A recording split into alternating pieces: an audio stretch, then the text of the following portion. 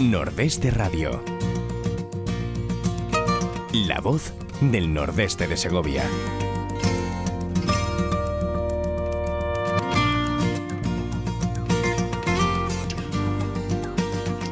Amigos, muy buenos días. Son casi las 11 de la mañana, bueno, son las 11 y un pelín, nos hemos despistado 5 minutillos, pero estamos aquí fieles a nuestra cita y locos por darle la bienvenida a Nordeste Radio. Vamos a saludar a Maite Pedraza. Maite Pedraza, muy buenas, ¿cómo estás? Buenos días, corazón, ¿cómo es yo? Bien, Sí. estoy bien. ¿Qué tal vosotros? ¿Bien? Pues muy bien, aquí en la... Oye, ¿tú crees que alguna vez dejaremos de estar en las distancias? Joder, O sea, ojalá, porque sabes que te echamos mucho de menos bueno, y bueno, pues ¿qué vamos a hacerle? ¿Qué vamos a hacerle? menos mal que tenemos este medio, ¿no? Hay que seguir Si aguantando. tuviéramos Sí, que sí. hacerlo por carta. Sí, sería tremendo. Hoy no nos acompaña Vicky porque tenía una gestión que hacer, una gestión importante y no ha podido estar aquí, pero bueno, luego hablaremos con ella, a ver si viene luego a tiempo.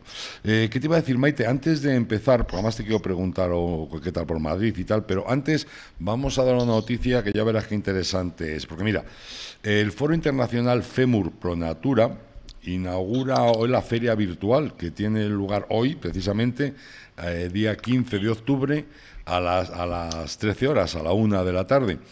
Y la inauguración va a ser presentada por Elena García Gil, que es la secretaria general de FEMUR, y van a intervenir Juana Borrego Izquierdo, que estuvo la semana pasada aquí con nosotros, que es la presidenta nacional de FEMUR.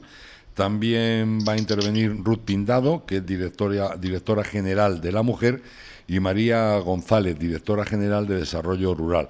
Luego, a continuación, después de esta intervención, se va a realizar la presentación de la plataforma online de la 23ª Feria Internacional de la Mujer Rural Pro Natura.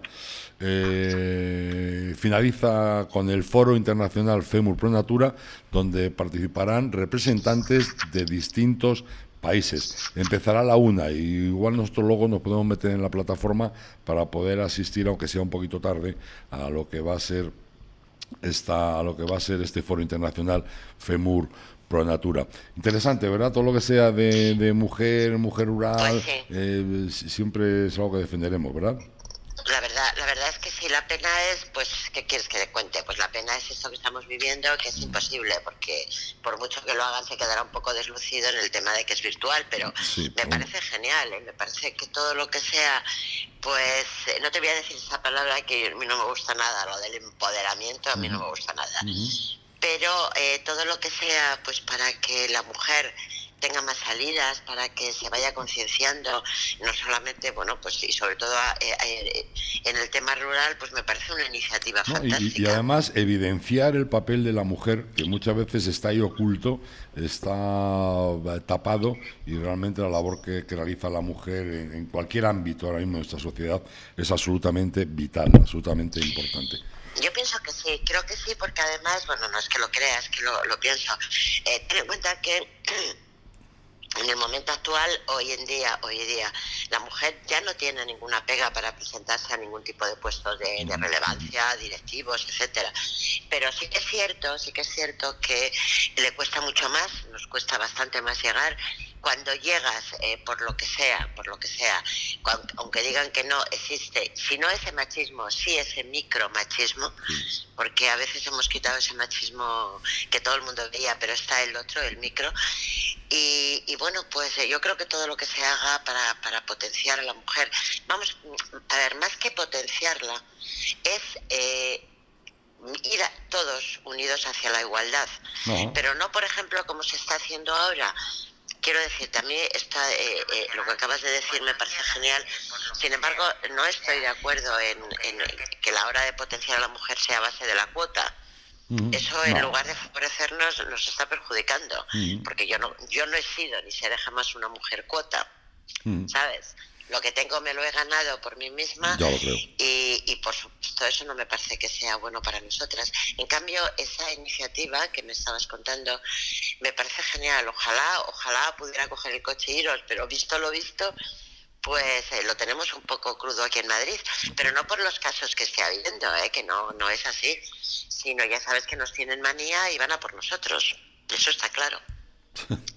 No, Sí, no, te lo estoy diciendo en serio. lo que sí, no, me estoy riendo porque lo que sí es cierto es que el bicho está ahí, estamos pasando una situación tremendamente complicada a todos y luego además tenemos a nuestros políticos por un lado, por otro, lo de arriba, lo de abajo, que facilitan muy poco el que salgamos adelante. La verdad es que Ten en cuenta que nosotros, o sea, tenemos que aprender a vivir con esto. Cuando dicen tienes que aprender a vivir con esto, no, no es eso. Tenemos que aprender a vivir, que yo creo que ya lo sabemos, pero hay que recordarnos que tenemos que vivir con prudencia, con prudencia, con mucha prudencia. nunca con miedo. Ten en cuenta que los que pertenecemos al mundo de la medicina, si hubiéramos tenido miedo no hubieras podido pisar un hospital, porque bueno, yo me acuerdo una vez que había una serie de unas infecciones, o sea, teníamos la idea de que podía haber una infección en quirófano, y bueno, no una infección, me refiero a una serie de virus, bacterias, etcétera. Y me acuerdo que, bueno, fumigaron los quirófanos, y cuando fueron poniendo las placas de Petri por por los pasillos, donde más bichos había era en el cuarto de las galletas. Ya sabes que al despacho que nosotros estábamos descansando y tal, le llamábamos el cuarto de la galleta. Bueno, pues ahí, bueno, la Gran Vía en hora punta. O sea, estaban ahí teníamos de todo. los virus y las bacterias ahí apretujados. Y bueno, estaban ahí, no, se iban empujando para tener un poco más de sitio. Quiero decirte que si hubiéramos tenido miedo no podríamos estar pues en las salas de infecciosos, cuando vienen pandemias. Sin embargo, sí estamos con prudencia, pero nunca con miedo. Hay que ser muy prudente, claro, hay que tomar las medidas que todos sabemos ya, que es la higiene, la mascarilla. Hablábamos Vicky y yo, que realmente lo que está perjudicando en este momento es la falta de información, y lo que están haciendo es sembrar incertidumbre. Y lo peor que se puede sembrar, aparte de la angustia, del miedo, es la incertidumbre. Vamos, yo el otro día incluso en mi casa, mi hijo, mamá, no salgas. Tú aquí en casa, bueno, si le llego a hacer caso, bueno, estoy desde marzo, bueno, ya no tendría ni tono muscular, estaría de todas formas los hijos, como la Virgen del Pilar. De todas formas los hijos, cuando se ponen proteccionistas, son bastante peor que los padres. Oh, por Dios, Oye, Dios, quería pedir disculpas porque el otro día nos equivocamos y comentamos que estábamos hablando de la tercera mujer de Felipe II. No, pero era ya así. dijimos que era la segunda. Era la segunda, efectivamente. Hoy sí vamos a hablar de la tercera mujer de Felipe II, que es Isabel de Valois, posiblemente el gran amor dentro del matrimonio de Felipe II. Sí, la verdad es que sí. ¿Te das cuenta cómo le escondía en las realezas? O sea, estaban constantemente, claro, le escondía porque realmente no estaban, se casaban cada uno en su sitio y tal. Pero efectivamente tienes razón, Isabel de Valois fue dentro, que bien lo has definido, amigo mío, dentro del matrimonio, el gran amor de la vida de Felipe II. Sin embargo, bueno, todos sabemos que bueno, Felipe II, su gran amor, fue otra persona.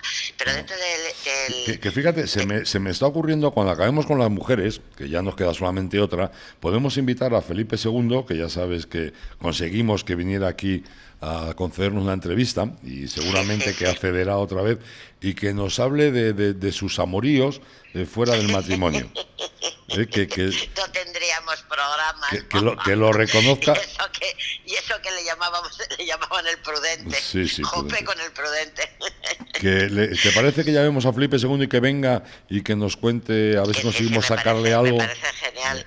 Ya sabemos que nuestro Felipe II es su auténtico amor y le gusta mucho venir a Nordeste Radio. Pues con Isabel sí que la quiso mucho. De hecho, bueno, ahora empezaré a hablar de cronológicamente de todo, pero me acordaba de una frase que cuando conoció, fíjate tú, ya desde el principio a Felipe II le cayó muy bien. La verdad es que Isabel, no era excesivamente guapa, pero era muy espigadita, ella muy coqueta, vestía muy bien, pero fíjate, cuando se conocen, dicen que era de gran belleza, realmente no era de gran belleza, lo que pasa que en aquella época, pues imagínate, ¿no?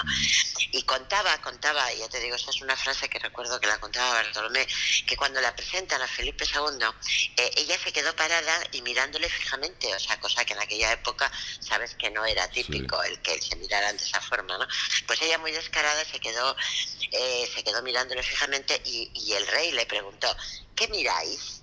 Y ella preguntó, se queda mirando, perdón, dijo, ¿qué miráis? Y ella seguía mirándole, y le dice él, por ventura si tengo canas. Felipe entera y ya se empieza a reír. Claro, ten en cuenta que cuando se conocen, Felipe tiene 33 años, Sí. que ya de niño, en aquella época, era más viejete, Sí. y esta pobre tenía 14, tenía ¿no? 14 años. 14 A ver, digo pobre no yo en el sentido peyorativo, pero es que antes de empezar sí que quiero aclarar una cosa que a mí cada vez... A ver, a mí la historia me encanta, ya lo sabes. Pero hay una cosa que según me voy ahondando más en la historia me estoy dando cuenta lo desgraciada que siempre ha sido la mujer, lo manipulada, o sea, es que en aquella época, hablo de aquella época, era mercancía, o sea, ten en cuenta que todas las reinas, la inmensa mayoría de las infantas, ya las casaban, pero tú imagínate que las casaban antes de tener la menarquia. Bien, Entonces, en el caso de esta mujer así ocurrió. sí, bueno, hay muchas, y por lo visto, o sea, que era todo mobilis, o sea, populus, o como se diga esa frase, donde cosas tan íntimas como es en una niña que le venga la menarquia, en fin, todo era, bueno, eso estaba todo el mundo pendiente, bueno, ya, eso era una fiesta y tal, y automáticamente terminaba el tema y ya se consumaba el matrimonio. O sea, no me extraña que ellas murieran tan jóvenes, pues si es que era imposible, o sea, estas criaturas no existía la infancia para ellas. No, Decía, además, como lo definió aquí Su Majestad Felipe II cuando visitó, era amor estratégico.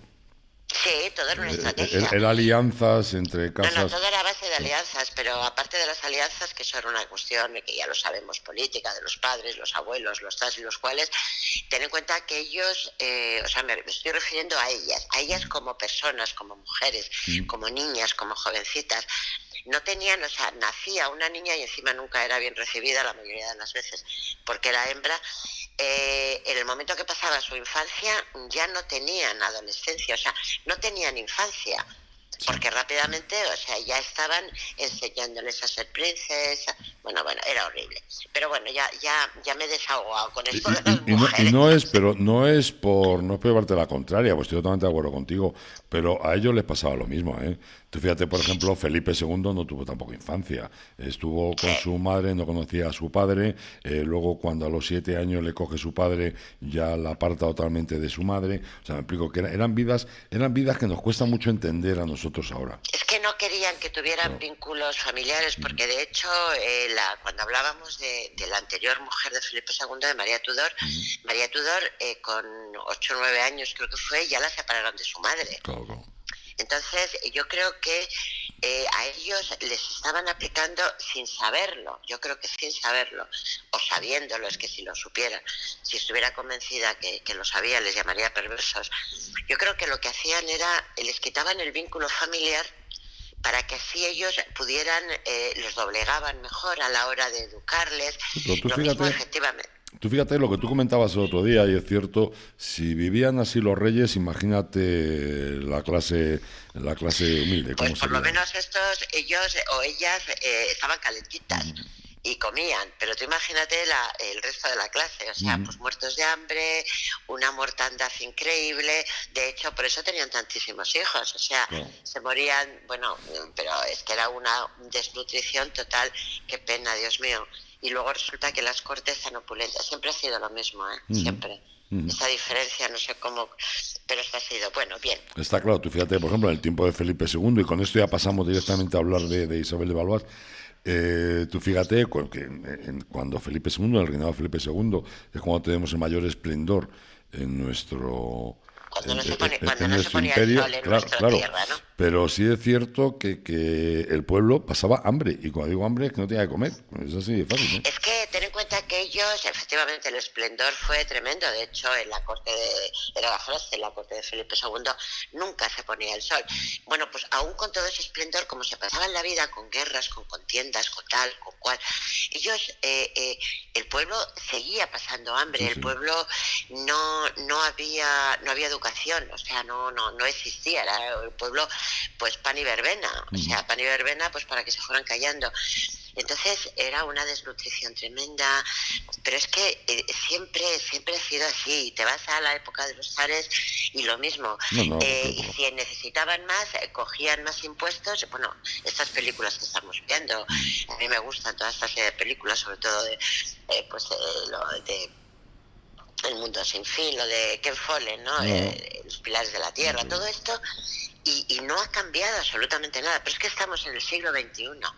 Ezequiel, siglo XXI. Efectivamente, ahora las mujeres, por lo menos aquí en España, no nos casan con 14 años. Pero si te vas a otros países, las siguen casando con 14 años. Sí. Y con 8, y con 9 años.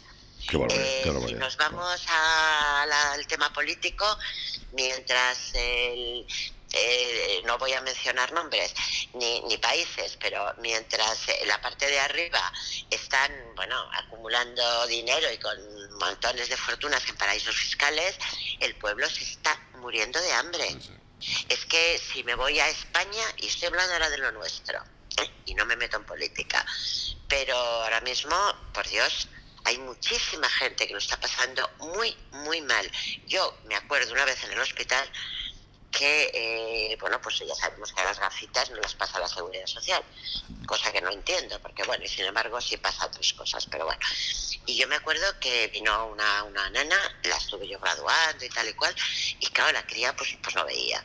Y ya me doy cuenta, digo, pero no ves, no, bueno, tal. La miro las gafas y digo, pero es que no te has cambiado las gafas, cariño. Claro, le miro a la madre y digo, oiga, es que si no le cambio usted los cristales, pues cuénteme cómo la niña va a mejorar. Se me quedó mirando, pero vamos, tengo clavado en el alma la mirada de esa madre, ¿eh? Y me dijo, no tenemos dinero para cambiarle los cristales. Joder. Bueno, pero podrá usted, habrá un... Y me dijo, no. Bueno, yo me fui a la asistente social, no sé qué, en aquel momento, que se llaman ahora trabajadoras sociales, pero no te imaginas, esto que te cuento ya hace años, ¿eh? Sí. Y Bueno, ahora mismo hay un dato muy significativo en los supermercados. Ahí se vende harina 5 kilos. O sea, yo compro 5 kilos de harina en mi casa y yo creo que me dura hasta que me muera. no, pero tú fíjate las colas que tenemos de gente para que le den comida. Bueno, oye, que a todo esto la pobre Isabel de Valois la tienes ahí aparcada y debe estar bostezando, claro, no le estamos haciendo caso. Desde luego, como eres. Venga. Como eres. Bueno, vamos a empezar con la Isabelita. Venga. A ver, os cuento. Isabel de Valois es hija... ¿Has visto qué rápido cojo el hilo? Hombre. Isabel de Valois es hija mayor de Enrique II de Francia y de Catalina de Medici, que por cierto la Catalina tenía un carácter muy importante. Bien, digamos que era una mujer muy, muy potente. Sus abuelos fueron Francisco I de Francia y Lorenzo II, duque de Urbino. Su madre, estéril durante 10 años y abocada a soportar un triángulo conyugal. Ya sabes que en aquella época, y más si decían que era estéril, pero luego no es cierto. Entonces, el padre estaba siempre, el padre tenía impuesto ahí en la corte a la duquesa de Valentinois, que era Diana de Poitiers, demostrando una gran fecundidad tras el alumbramiento de su primer primogénito, el hijo que se llamó Francisco. Me explico. La madre durante 10 años fue un poco ahí, vamos a decir, menospreciada porque era imposible que se quedara embarazada. Ahí se estableció un triángulo amoroso y ella, la niña, o sea, Isabel, ya vivió, por eso luego con Felipe II también sufrió mucho, vivió el sufrimiento de su madre cuando ni siquiera el padre ocultaba que tenía el triángulo amoroso. De hecho, a su amante, por llamarle como se llama, a Diana fue la que era la protectora, como si dijéramos, la preceptora de Isabel. Bien, luego ya la madre empieza a parir y pues ya nacieron todos los del mundo. Primero nace Francisco, luego nace Isabel y luego 8 hermanos más. O sea que para ser estéril la cosa iba. No estaba mal, bueno, no estaba mal. No me voy a entretener en deciros cómo se llamaban los hermanos y tacatá. Luego finalmente incluso la madre dio a luz a 2 gemelas, Juana y Victoria, que fueron... que estas murieron ya en muy poquitos días. Bueno, el padrino de Isabel, ten en cuenta que venía de 2 casas reales, el padrino de Isabel lo eligió su abuelo Francisco I.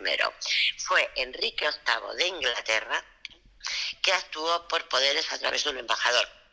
Incluso aquí en este acto sancionaba el cese del estado de guerra entre ambos monarcas.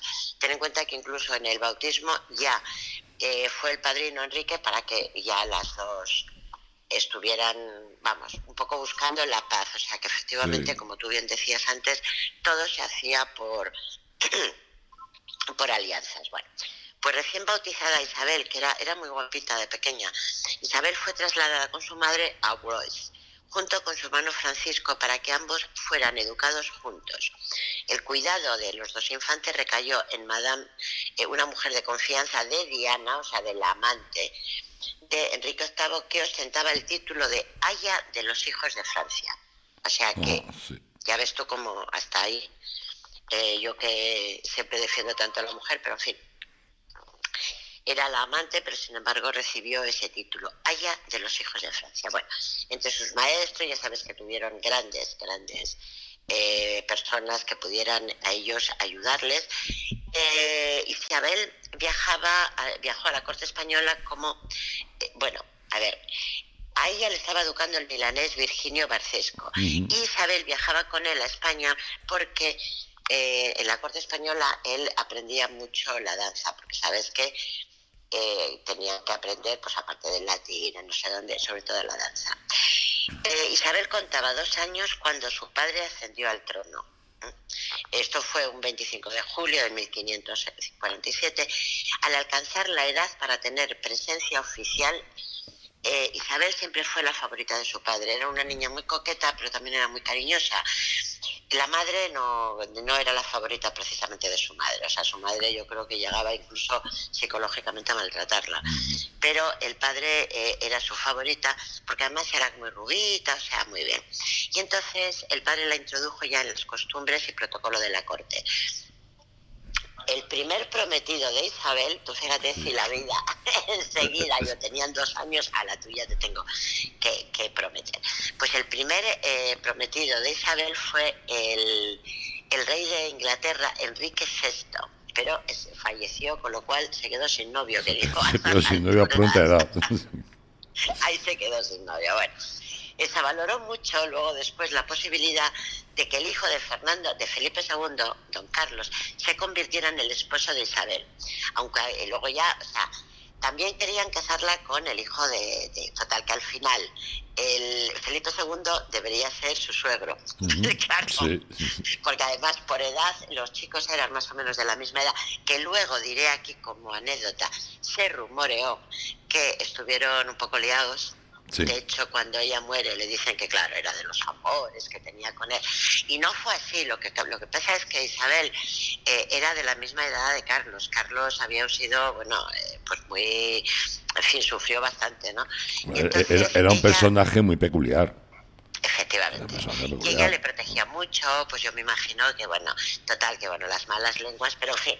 El caso es que cuando ya casi se promete a su hijo, es cuando Felipe II queda viudo, que fue cuando muere María Tudor, y entonces dicen que no, que empiezan a hacer sus temas porque debía ser con ella. Y en aquel momento a Isabel se la llamaba Isabel de la Paz, porque esta niña siempre era muy, muy conciliadora. Bueno, entonces ya estos dicen que ya se casan y tal.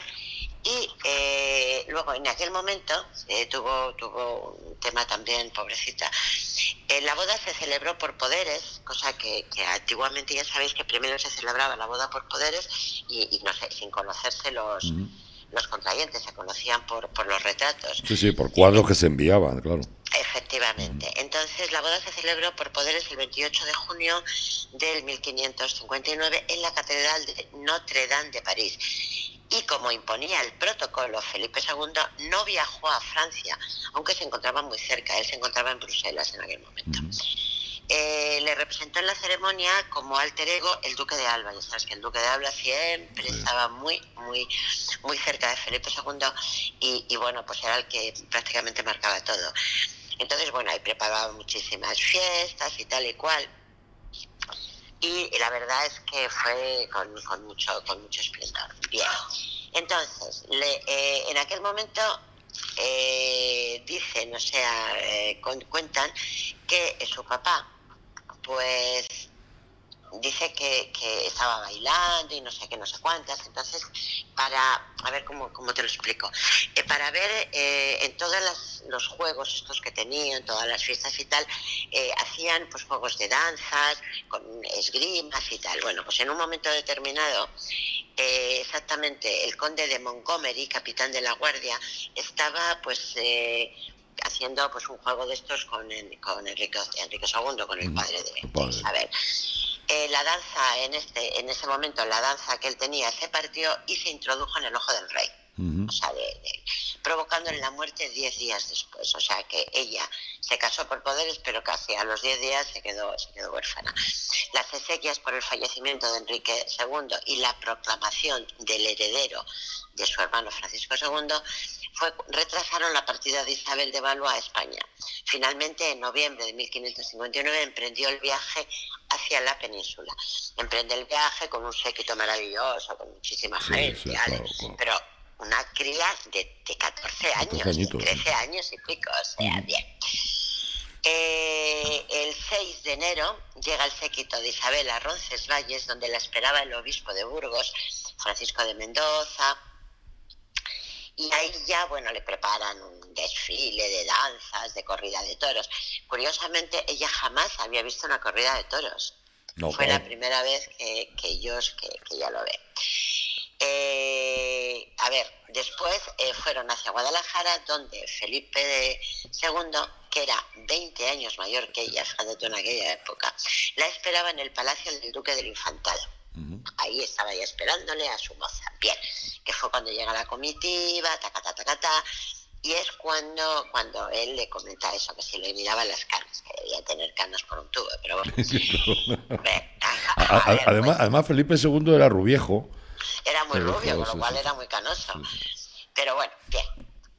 Bueno, tras 2 jornadas de viaje, la reina Isabel hizo su real entrada en Madrid, aunque esta no era la sede estable de la corte. En el arco efímero levantado para esta ocasión, luego decimos que no había dinero, pero para esto siempre había dinero, sí, claro. Hacen unas imágenes de los 2 esposos abrazándose, o sea, muy abrazaditos, y bajo los motes, ahí, les pusieron: venga y sea muy bienvenida la que paz vino a dar, cual se pudo desviar, o venga y sea muy bienvenida, llegada la del mundo destierra, con su venida de la guerra. Entonces, estos 2 lemas de arco quedaban reflejados en la principal función de Isabel en las relaciones hispano-francesas.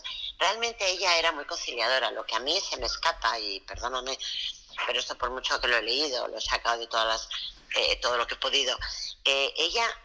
Dicen, efectivamente, venía a traer la paz, pero venía a traer la paz porque habían hecho esa alianza. Pero, sin embargo, ¿qué paz va a traer una cría si tiene 14 años? No, pero bueno, ella dicen que era muy pacificadora. Bueno, no me la imagino yo sentada allí en el trono, pero bueno. El caso es que ella sí que luego fue muy criticada porque le gustaba mucho vestir a la última moda, se pasaba, le encantaba, que bueno, ya os lo iré contando, le encantaba el teatro, le encantaba, bueno, creo que las arcas reales mermaban bastante porque todos los mandaba que se hicieran las obras de teatro ahí en el palacio. En fin, bueno, esto ya os lo iré contando. Bien, entonces, después Toledo fue corte hasta el año 1561 y era el destino de los esposos. La real entrada en Toledo, o sea, aquí todo esto era reales. La real entrada en Toledo costó que luego fue Felipe II también el que la trasladó a Madrid. Y ahí ya claro, se quedó, claro, sí. Efectivamente. Primero va a un sitio, luego a otro. Fíjate tú, y con lo que debían tardar en esos viajes, con esos séquitos que llevaban, por un lado, por otro. Pues sí, creo que ella tardó, no sé cuantísimos meses en llegar. Bueno, pues luego después la lleva a Toledo, que fue, ya te digo, la corte. Bien, la entrada en Toledo, según todo lo que cuentan, les costó 12.000 ducados, tú imagínate, el doble que la de Madrid. 3 arcos efímeros aludían a la paz de Canterbury, 2 aparecía Vulcano apagando la fragua donde fabricó armas contra el rey francés. Luego también forjarían armas los enemigos de la nueva religión. Esta alegoría, que no representaba directamente a la nueva reina, era premonitoria de la situación en la que frecuentemente se encontraba la soberana. La soberana siempre se encontraba entre las dos aguas, el amor hacia su madre y la obediencia que le habían inculcado hacia el padre, pero luego demostró tener un poco más de carácter, ¿eh? Luego ya, bien, bueno. El caso es que, bueno, ya llegan a Toledo y tal, bueno. Entonces, Isabel, siendo, insisto, una cría, siempre se sintió entre dos fuegos, sometida al apremio que ejercía su madre, o sea, la madre siempre la iba marcando, o sea, la Catalina no la dejaba absolutamente para nada.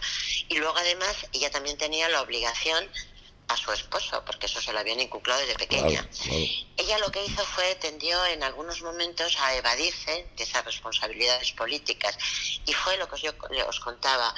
Se dedicó a ver representaciones de teatro, fiestas cortesanas, que para distraerse elevaban los gastos de su real casa, como era evidente.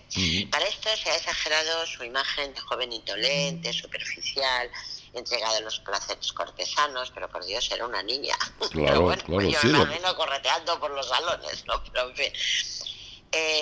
Su labor, realmente, ella, la labor que tenía era estar en medio entre Felipe II y Catalina de Medellín. Pero esto, ya te digo, que fue muy inútil. A menudo amortiguaban los choques entre ambos, interpretando de forma positiva, pues bueno, las posturas inadmisibles, reduciendo las mutuas fricciones, las sospechas, o sea, ella, insisto, bueno, pues yo me imagino que muy bien aconsejada por sus consejeros, eludía mucho meterse en todo ese tipo de cosas. Una de las actuaciones más relevantes de Isabel en el plano político fue la conferencia de Bayona en el 1565, las vistas se llamó. Catalina, que había propiciado a Francia un edicto de tolerancia con los protestantes en 1561. Entonces ella intentó celebrar a partir de ese año el encuentro con Felipe II para explicar su postura negociadora al rey católico. Sí, Felipe II se mostró... Eso él lo llevaba muy mal. Lo llevaba fatal, Claro, fatal, porque él tenía... Perdón, él tenía mucha obsesión con la religión, ya sabes, que ya al final, bueno, con la religión y sobre todo con el cuadro del Bosco, y bueno, a mí me hizo mucha gracia, que luego os lo contaré cuando, es que lo querría contar todo así seguido, pero ya sabes que él, incluso para que ella se quedara embarazada, mandó traer la reliquia de no sé quién, o sea, se pasaba la vida con la reliquia. Ya hablaremos de Felipe II, de su reliquia, de sus obsesiones y de su muerte, que fue tremenda. Y claro, cuando la trajo dijo, ¿ves? Te has quedado embarazada. Total, que bueno, una reliquia, un trocito por ahí, bueno, bien. Entonces, él llevaba fatal el tema este no, él no quería encontrarse, por supuesto, y lo llevaba muy mal. Entonces, al final se vino, bueno, dijo que vale, que se podía celebrar entre madre e hija, pero Felipe II envió, con la reina, envió al duque de Alba, en detrimento del príncipe de Éboli, que era el que quería la madre. Que era el candidato de Catalina, que consideraba bastante más flexible que el duque de Alba. El duque de Alba tenía un carácter, bueno, pues muy fuerte, y no se inclinaba hacia nada ni hacia nadie, con lo cual él no se inclinó ante la regente, ante la demanda de una política religiosa firme que olvidara las concesiones a los protestantes. O sea, eso lo llevaba fatal. Y Catalina llevó muy mal que su hija fuera acompañada del duque de Alba. Bien. Pues bien, cuando quedaba poco para finalizar las jornadas, entre suntuosas fiestas y divertimentos, pero no tenía fruto político, o sea, eso nada. Alba pidió la intercesión de Isabel para hacer llegar un mensaje a Catalina. Esta accedió a recibir al Alba, pero insistió en que la reina estuviera presente en la reunión, creyendo que sí moderaría las críticas del duque. Bien. Sin embargo, Isabel, que el 26 de julio había recibido, la dieron a ella la rosa de oro de manos del nuncio, como reconocimiento a su virtud y su apoyo a la Iglesia Católica. La verdad es que hay hay cuadros que se pasaban la vida rezando, la pareja. Bueno, pues a ella la dio la rosa de oro de manos del nuncio. Y entonces esta sorprendió mucho a su madre. En el debate intervino pidiéndole que cambiase de actitud y que apoyase la causa correcta, apartándose de cualquier alianza con los hugonotes, pero siempre tuvo presente ella también, o sea, aunque defendía al país y defendía a su marido, defendía la religión, ella nunca olvidó su sentimiento francés, que de vez en cuando afloraba al conocer, y afloró mucho, cuando conoció el ajusticiamiento por orden del adelantado Pedro Menéndez de Áviles, el verano que mató a 130 jóvenes. O sea, que te quiero decir que ella siempre estuvo ahí, pues entre las dos aguas, ¿no?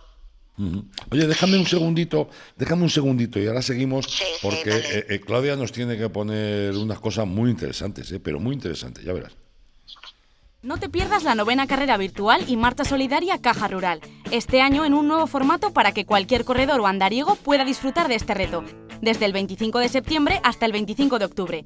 El 100% de la inscripción se donará a la Asociación Española contra el Cáncer y al Banco de Alimentos de Segovia.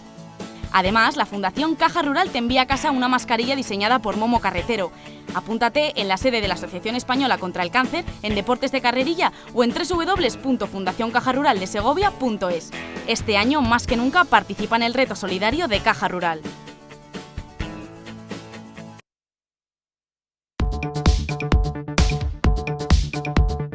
¿Necesitas ayuda para diseñar o llevar tu página web, cartelería o redes sociales? ¿Quieres pasar tu negocio al mundo online y no sabes cómo? En Radio Argo y Más podemos ayudarte. No dudes en ponerte en contacto con nosotros al 671-091-098. Tenemos tu solución. 671-091-098.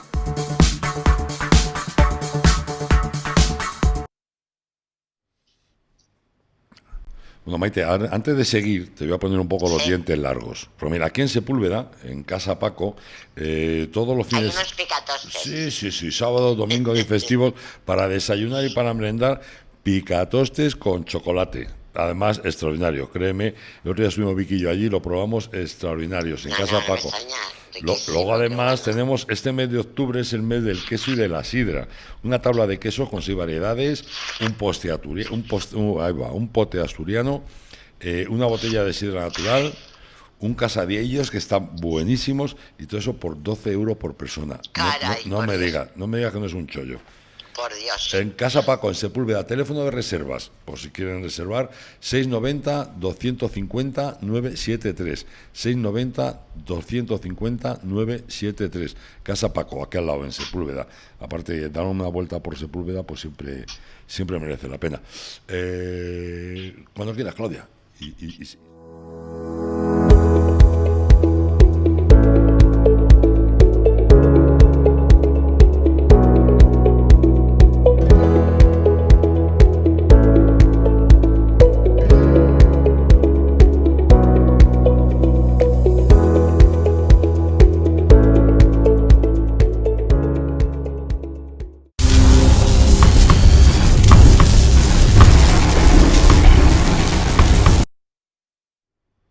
No me digas que todas estas cosas son cosas muy interesantes que tengo que contar, claro.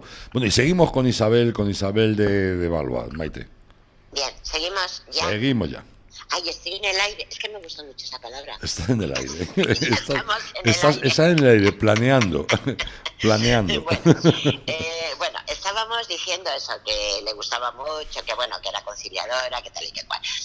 Quiero hacer, para ir centrándonos, que quede claro que Isabel,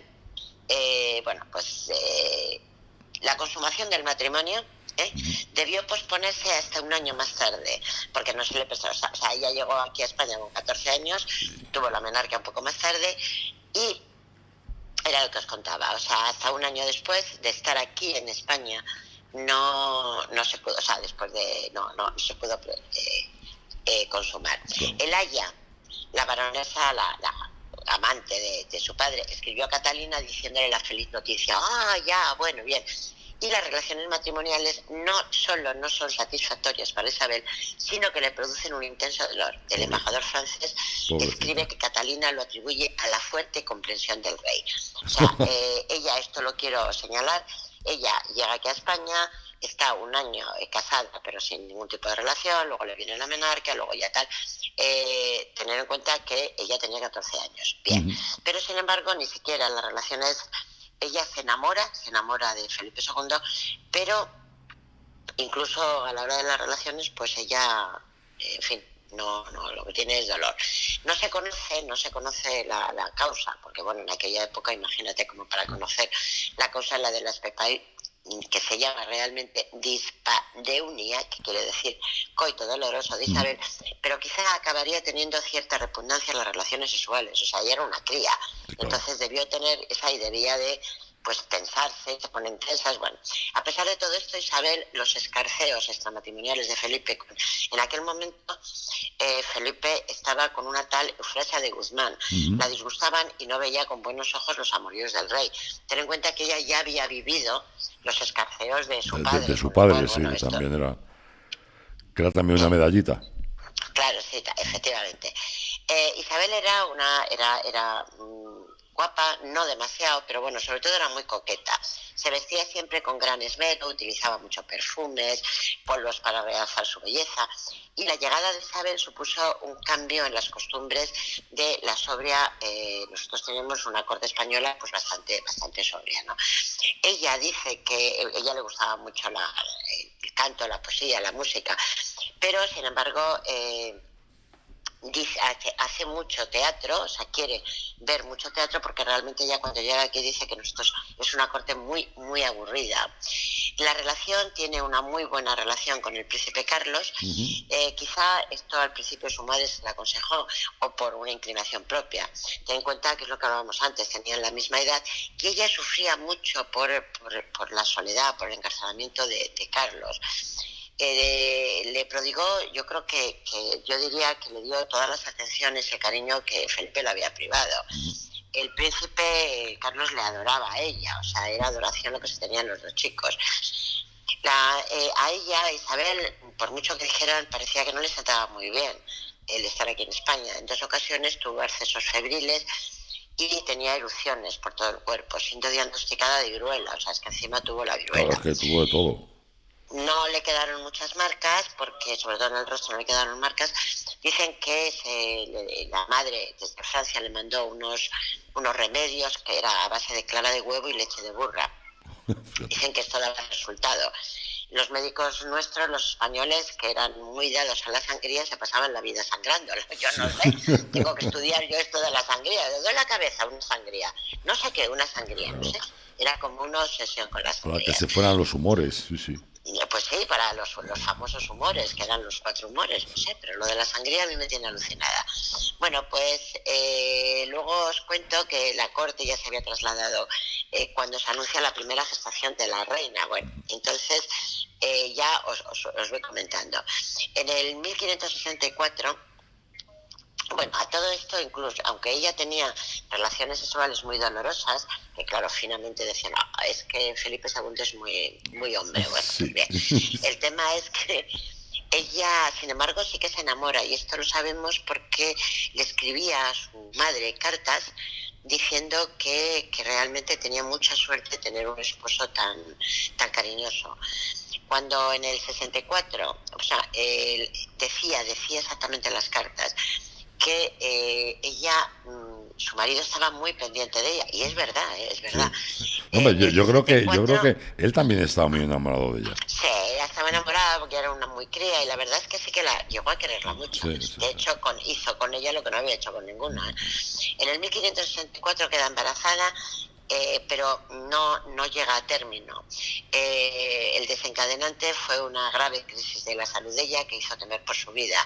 Bueno, pues Felipe II en ese momento iba a verla todos los días, porque ten en cuenta que vivían en casa separada o en la misma palacio, pero cada uno vivía en su ala, ¿no?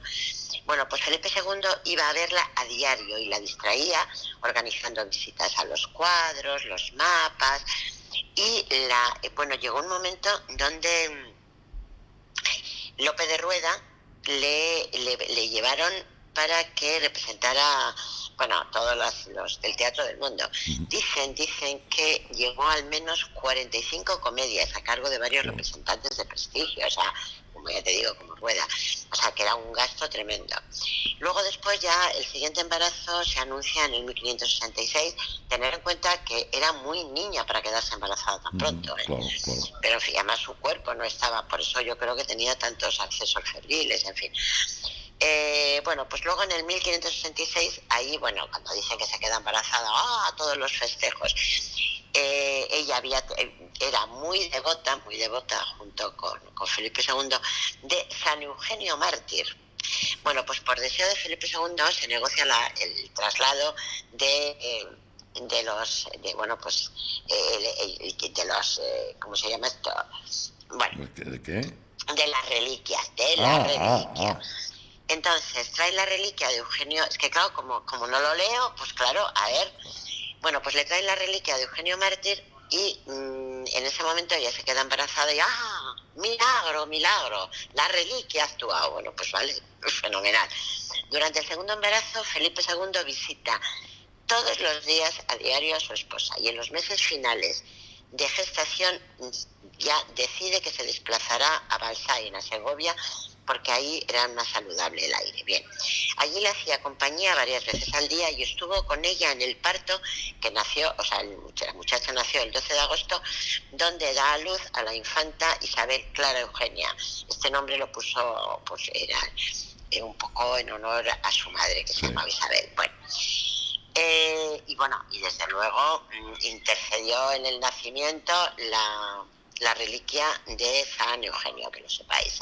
Bueno, el caso es que aquí Felipe II demuestra que realmente la quiere, porque todos los días estaba con ella y llega a estar en el parto. O sea, comentan que le comentan luego a la madre, a Catalina, y le comentan con esta frase: el rey se portó muy bien, como el mejor y más cariñoso marido que se pudiera desear, puesto que en la noche del parto estuvo cogiéndole todo el tiempo la mano y dándole valor lo mejor que podía y sabía. O sea que ahí Felipe II no había hecho eso con nadie, ¿no? Bueno, pues Felipe tiene muchísimas atenciones con ella, le demuestra muchísima delicadeza, mucha ternura. Y luego ya en febrero vuelve a quedar embarazada otra vez de otra niña que se llama Catalina Micaela, que nació el 6 de octubre. En alabanza a la recién nacida, un joven, Miguel de Cervantes, que entonces Miguel de Cervantes tenía 20 años, compuso algunos versos para ella, que luego os diré los versos. Son muy bonitos los versos que dice. Bueno, pues luego ya en mayo de 1568 se vuelve a quedar otra vez embarazada, pero ahí es cuando sufre una enfermedad renal que no fue diagnosticada, porque en ese momento ella tiene un tema de siempre con tenía esos accesos febriles que luego nunca se supo, pero realmente ella tenía un tema de riñón, me parece que era una poliomifritis, que en ningún momento fue diagnosticada. Bueno, en aquella época no. ¿Cómo va a diagnosticar unos poliquísticos? Claro. Bueno, pues esto ya le sucedió, debe ser un cólico nefrítico de esos horrorosos, cuando esperaba a su otra hija, pero en septiembre sufrió esta enfermedad y atraviesa un trance muy, muy grave. Felipe II pasa todo el tiempo de la agonía junto a ella y la última vez que la vio fue en la madrugada del 3 de octubre cuando ambos oían la misa. Ella da a luz, que fue cuando da a luz, pero bueno, la niña también es muerta, nace muerta, porque nace de 5 meses, me parece que tenía el feto, y ella es cuando ya, bueno, pues ya tiene una enfermedad que le produce la muerte, que pudo haber sido, ya te digo, una polionefritis gravísima. Esto se hubiera curado perfectamente en cualquier otro momento, pero bueno, no fue diagnosticada porque en aquella época tampoco se podía. También dicen que sufría, que tenía una cardiopatía. Y luego después Marañón consideró, cuando ya leyó el diario médico de cabecera de la reina, que en su primer embarazo ya sufrió 2 ataques de preeclampsia. Ya sabes que la preeclampsia es una subida de tensión. Entonces, ahí en aquel momento pues debió desencadenar una enfermedad renal, que claro, al no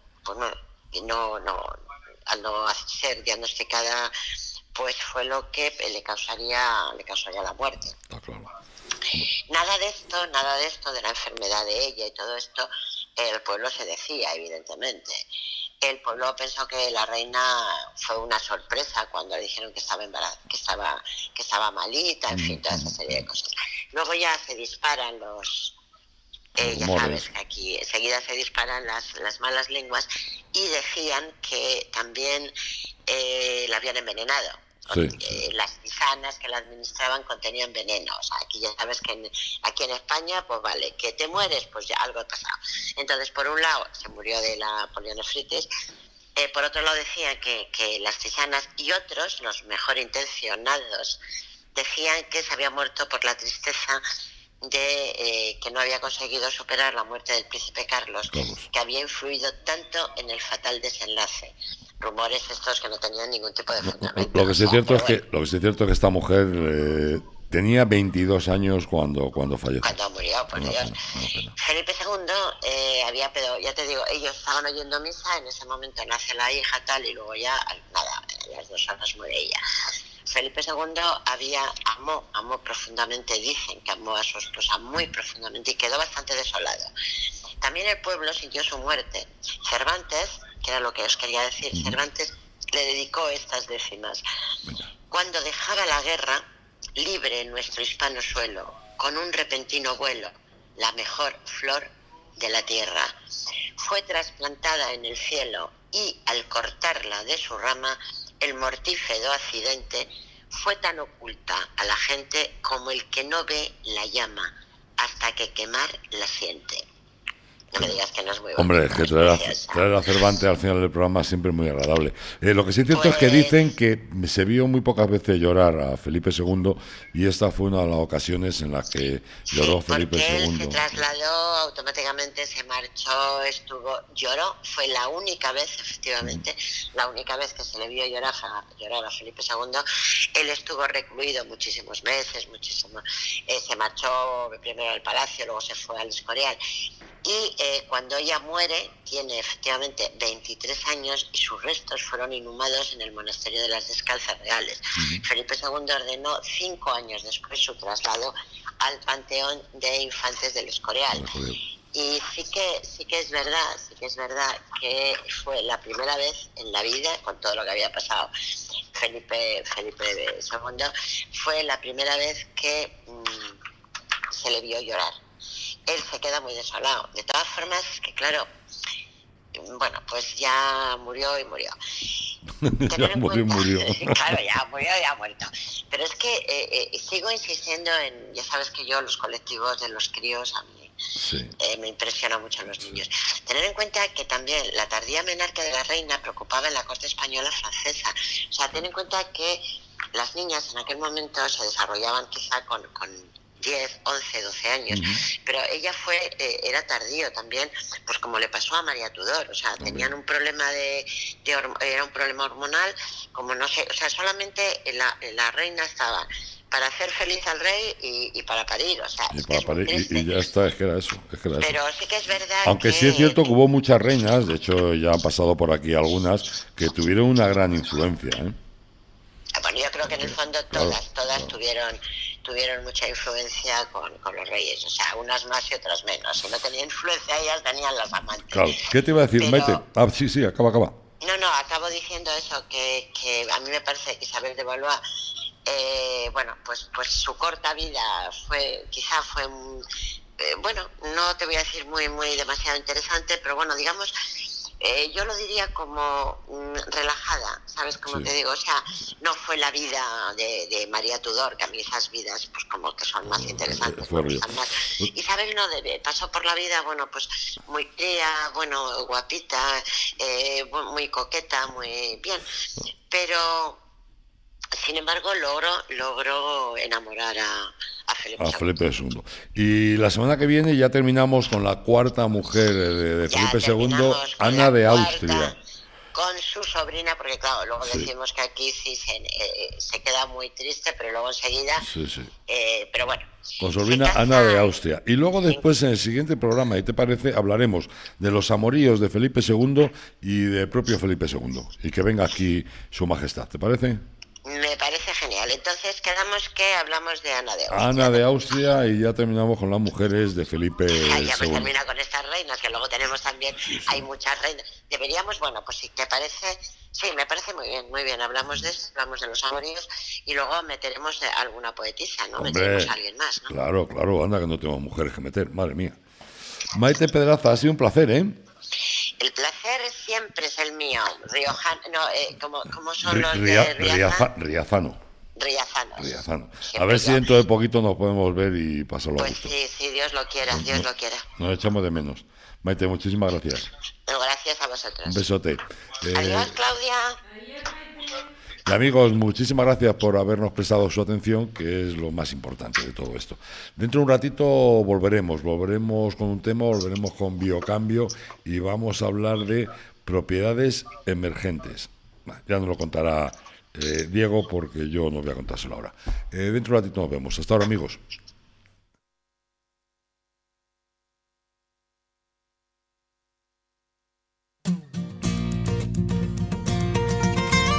Nordeste Radio.